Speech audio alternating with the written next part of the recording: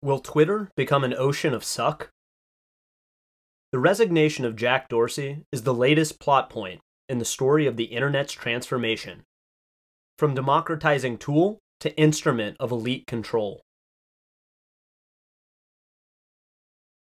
Jack Dorsey, the extendo-bearded CEO who co-founded Twitter and whose fame grew with that of his increasingly powerful platform during the Trump years, resigned today. His departure is the latest plot point in a long-developing internet tragicomedy, which has seen what was supposed to be a historically democratizing technological tool transformed into a dystopian force for censorship and control. The departure of Dorsey, the rare CEO who not only has a conscience, but appears to consult it more than once every few years, is bad news for those who already had complaints about the company, which during his tenure came to occupy a central role in what's left of American intellectual culture. Twitter under Dorsey suffered from working too well. Specifically, society responded to Donald Trump's tweet-driven 2016 presidential campaign as if it revealed a defect in the platform that needed fixing, when actually Trump's election was proof that Twitter was working much as intended. Our political establishment just wasn't looking for that sort of functionality.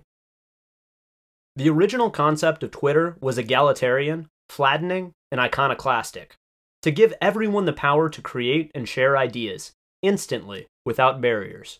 That mantra fit with then CEO Dick Costolo's 2010 claim that we're the free speech wing of the free speech party. Prior to 2016, elite mouthpieces bragged about acting as gatekeepers to political power. Someone like then ABC writer Mark Halperin could write boastful pieces about how a gang of 500 in Washington really decided the presidency. These were campaign consultants, strategists, pollsters, pundits, and journalists who make up the modern-day political establishment, as the New Yorker put it. When political debates were held, a handful of analysts on television told you who won.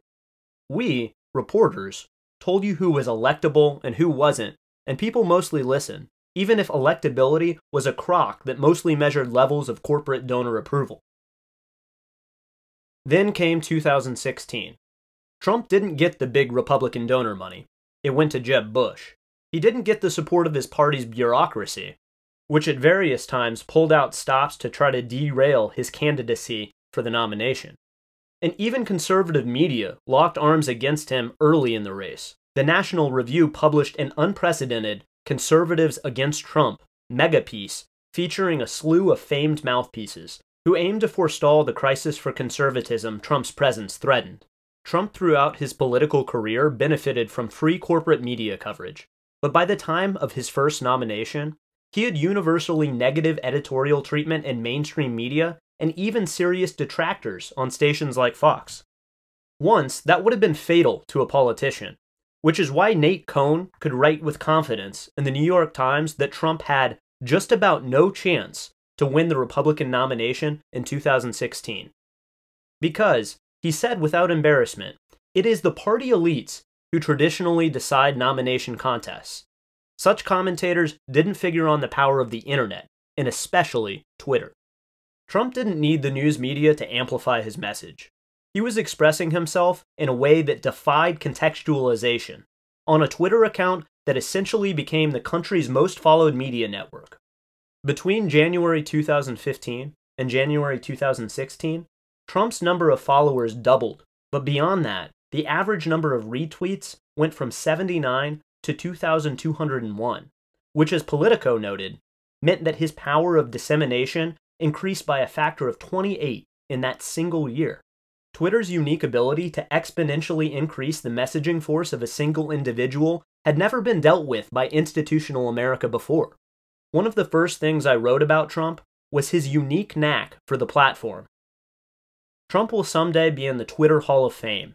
His fortune cookie mind, restless, confrontational, completely lacking the shame fact filter, monosyllabic, and rarely asleep when it should be, is perfectly engineered for the medium. Whether he was being dumb or smart, petty or cunning, incoherent or inscrutable, Trump had a way of expressing himself that automatically gave his tweets superior reach to news stories about his tweets. This put him permanently ahead of the news cycle. Even just misspelling a basketball star's name while stepping over a few racial decorum lines created fractal-like ripples of unpredictable headlines. A tweet from Trump on August 27, 2016. Dwayne Wade's cousin was just shot and killed walking her baby in Chicago. Just what have I been saying? African Americans will vote Trump. With this power, a politician was now able to communicate directly with voters, and even the collective displeasure of the entire self-described political establishment could not stuff that genie back in the bottle. Moreover, Twitter itself now decided things like who won debates. Pundits were often reduced to reporting the platform's mood, in a place of the previous practice of telling populations how to feel. People will focus on the fact that it was bad Donald Trump who got elected that year, but that was really incidental. The real problem Trump represented for elite America had less to do with his political beliefs than the unapproved manner of his rise. Twitter, seen as a co-conspirator in this evil, became a target of establishment reprisal after Trump's win. It's no coincidence that the once pleasant, or at least interesting, experience of a Twitter became a troll-infested, anxiety-ridden hell after 2016, thanks to everything from a surge in bots to the explosion of outrage campaigns, which made saying anything remotely controversial a terrifying and miserable prospect for anyone with a job. After 2016, campaign journalists who lost influence to decide presidential races took revenge by enforcing conformity of message within their own ranks on Twitter. A platform designed to enhance discussion now became more of a social policing mechanism, Earth's version of the sneering opera hall in Anna Karenina. The main change involved moderation. The one-time gateway to unrestrained speech came under constant assault from politicians on both sides of the aisle. Conservatives accused Dorsey of liberal bias, while Democrats pushed the firm to enact ever stricter controls on speech, first as a bulwark against Russian disinformation, then later against disinformation generally, then finally against Trump himself. The company at first tried to enact compromise procedures instead of full-on speech policing, like warning labels and limits of retweets, but by 2020, Twitter couldn't help but become an increasingly regulated environment. It crossed a major censorship Rubicon when it limited access to a New York Post story about Hunter Biden's laptop last fall. Even before that moment, some of us in the journalism business knew Dorsey as the atypical executive who'd reach out and ask for input on speech issues, over which he'd increasingly seemed to agonize. After the Post story, Dorsey opened up about how conflicted he was, apologizing for the laptop fiasco and blaming poor communication for the paradigm-shifting suppression of a relevant news story during an election campaign. Propagandists ran a hell of a game on people like Dorsey. After fiascos caused by official lies like the WMD affair, no one in government called for tighter regulation of media or the internet, or told the executives of private communications firms they had blood on their hands. WMDs, after all, were approved disinformation. The unapproved variety, in the form of, say, anything Trump thought, inspired a different reaction. People like Dorsey were now told by senators and other figures they had a responsibility to prevent misinformation and harm in ways no one else had ever been asked to assume. The message was hammered everywhere, so pervasively that it permeated the ranks of firms like Twitter, where employees began to push their bosses even harder to accept what was, in essence, more outside control of their company. After the January 6th events, Dorsey came under even more fire from within, receiving a letter from Twitter employees that read in part, "We play an unprecedented role in civil society, and the world's eyes are upon us.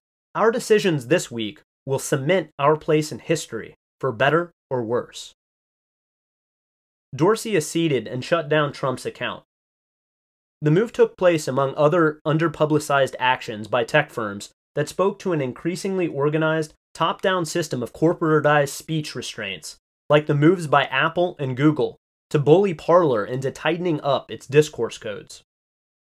It's impossible to predict what will happen after Dorsey's departure, but most speech advocates saw him as someone who pushed back against some of the crazier demands for censorship. Even though there are already some absurd overreactions to new CEO Parag Agrawal based on misreads of 11-year-old tweets, there are statements that do give cause for concern, like a Technology Review interview from last year in which he said things like, "We attempt not to adjudicate truth, we focus on potential for harm." Dorsey seemed anxious to limit the company's speech interventions to things like electoral fraud and health misinformation, but aggressive censors can make harm mean almost anything.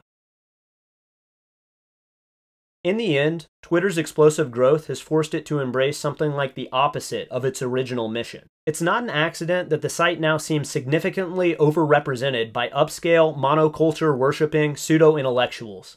Seemingly every working journalist has an account, and certainly every censoriously woke one does. Like the internet generally, instead of a machine for speech without barriers, Twitter is becoming precisely a mechanism for tightened elite control over expression, a thought police platitude sanctuary. Dorsey tweeted Sunday night that he loves Twitter. It's fair today to wonder if he loves where it's headed. Thank you for listening to the audio version of this article. For more, visit taibbi.substack.com.